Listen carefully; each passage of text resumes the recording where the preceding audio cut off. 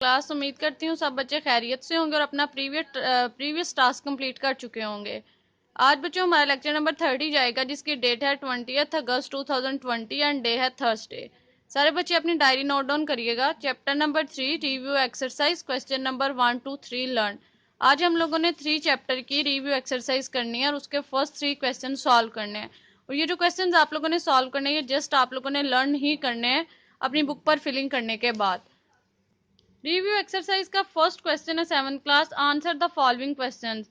जो आपको मंदरजा झैल सवालात दिए गए हैं इनके जवाब दें।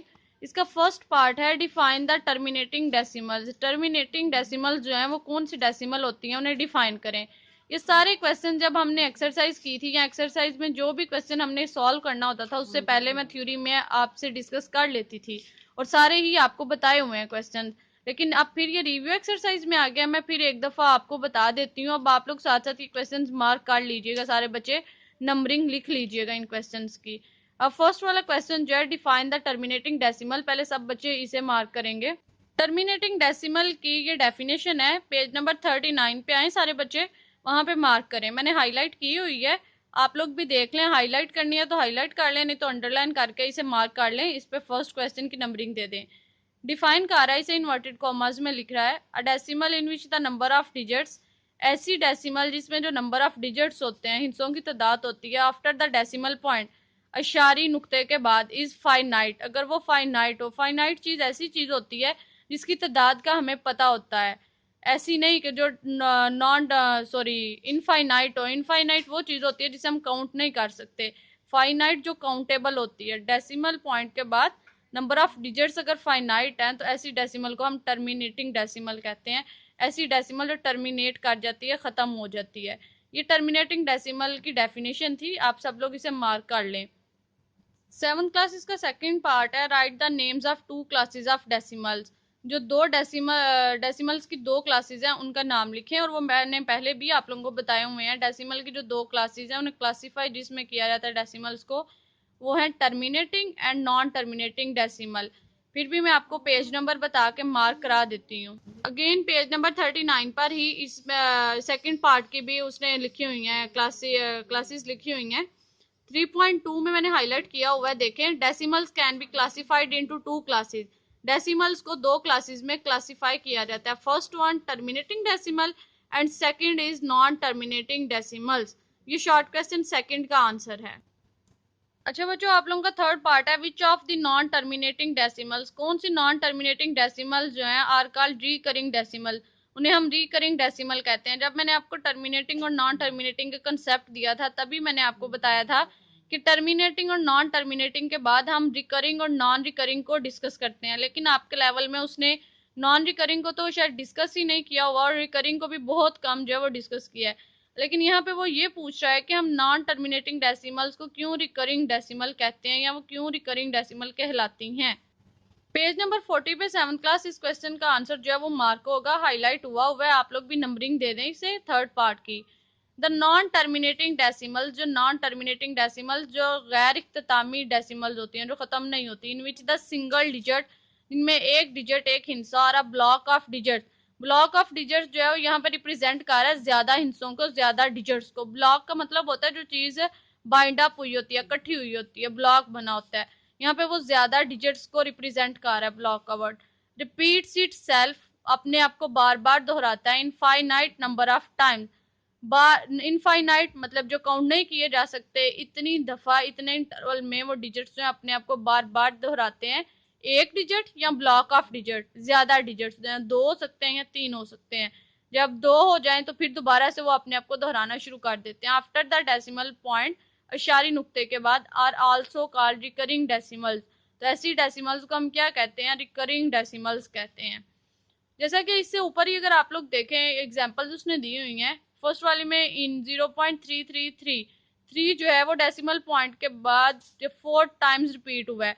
तो डिजिट 3 जो है repeats itself an infinite number of times. जो 3 डिजिट है वो अपने आप को infinite number of times repeat कर रहा है। इसी तरह सेकंड वाली में आप लोग देखें 0.2727 डेसिमल पॉइंट के बाद 27 जो है ब्लॉक ऑफ डिजिट, मतलब 2 डिजिट्स आ गए तो ये ब्लॉक ऑफ डिजिट जो 27 या 27 है, ये अपने आप को 2 टाइम्स रिपीट कर रहा है इनफाइनाइट नंबर ऑफ टाइम। अब बार बार यही जो है सीक्वेंस चलती जाएगी।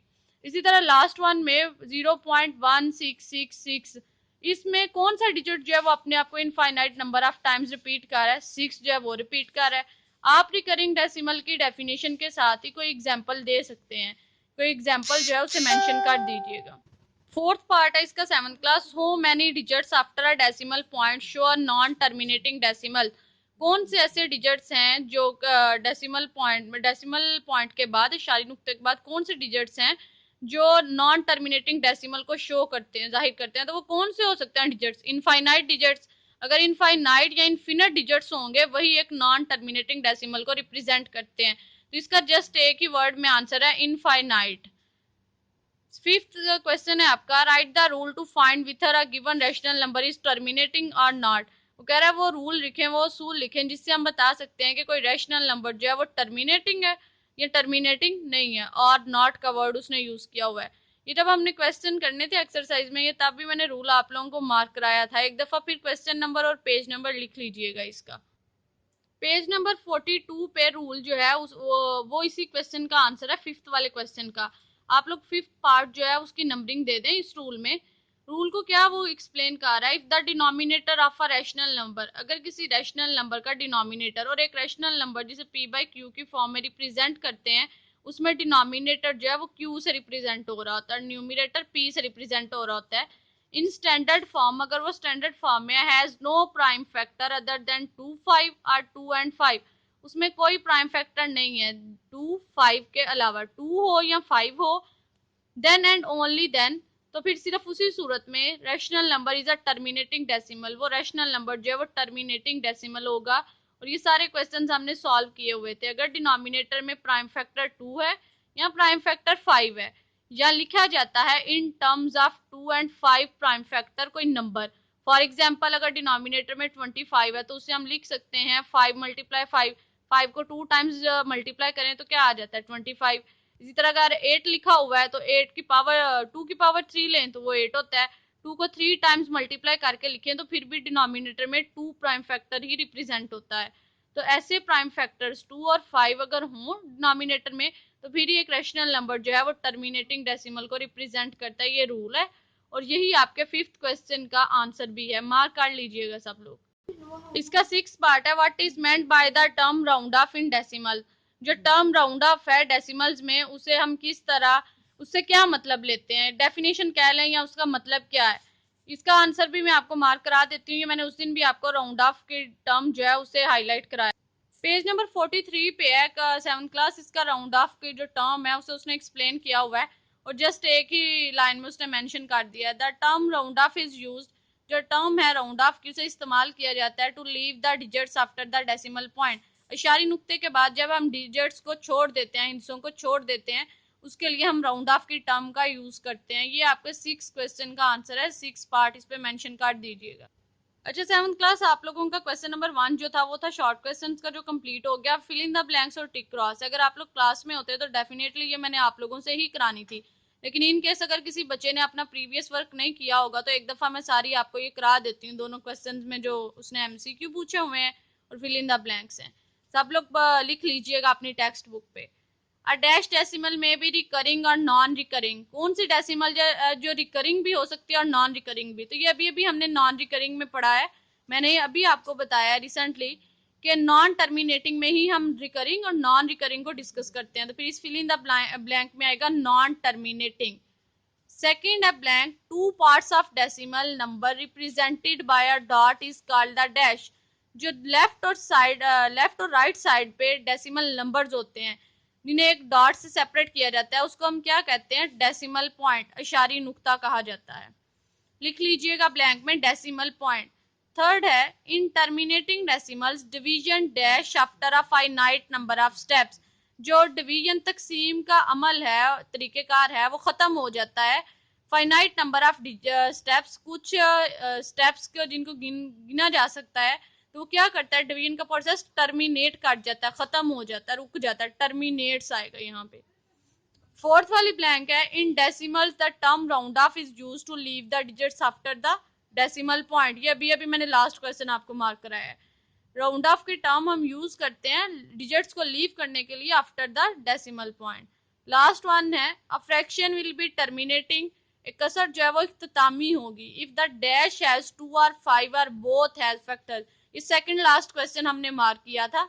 इधर आएगा डिनोमिनेटर, एक फ्रैक्शन तभी टर्मिनेटिंग या एक रैशनल नंबर तभी टर्मिनेटिंग होता है जब उसके डिनोमिनेटर में 2 और 5 प्राइम फैक्टर आ जाते हैं, तो इस ब्लैंक में आएगा डिनोमिनेटर।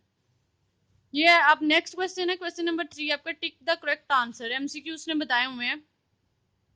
फर्स्ट है to separate a whole number from a fractional part in a decimal we use the symbol.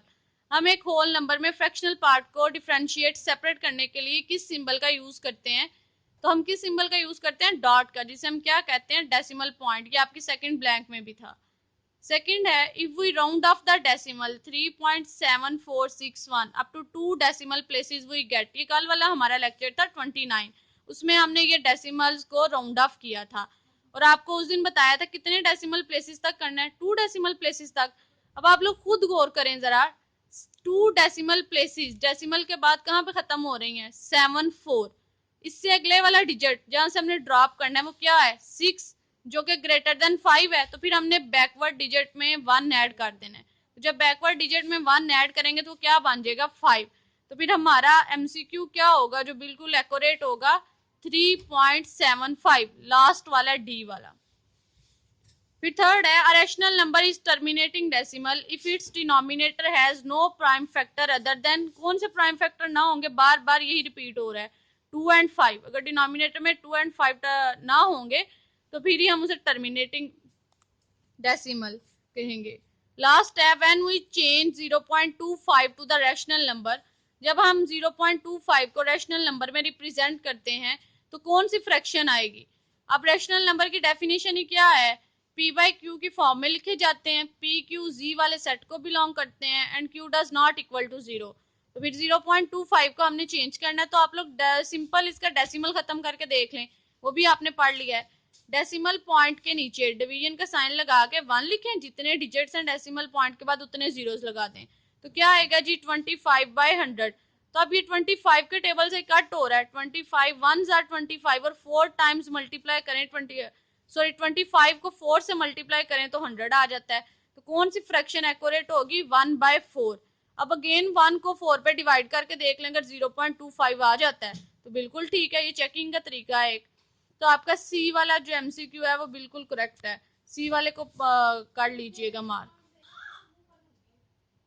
अच्छा 7th क्लास मैंने आपको फर्स्ट 3 क्वेश्चन करा दिए हैं, अब लास्ट में समरी लिखी हुई है जिसमें सारी वही बातें रिपीट होंगी जो हमने बार बार पहले भी डिस्कस की हुई हैं। तो ये समरी में अब जितने पॉइंट्स लिखे हुए हैं ऑलमोस्ट 6 पॉइंट्स हैं, ये आप लोगों ने खुद थॉरोली सारे पढ़ने हैं एज एमसीक्यूज या किसी शॉर्ट क्वेश्चन के लिए।